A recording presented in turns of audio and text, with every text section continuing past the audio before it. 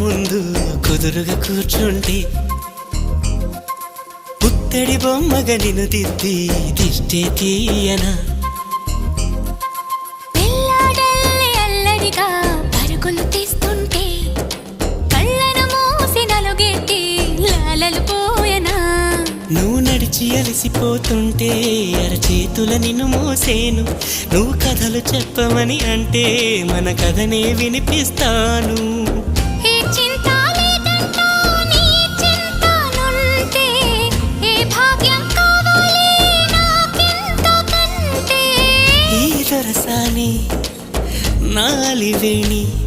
ఇక లోకంలో ఏదైనా పోతే పోనీ ఏం చేసావు నా ప్రాణం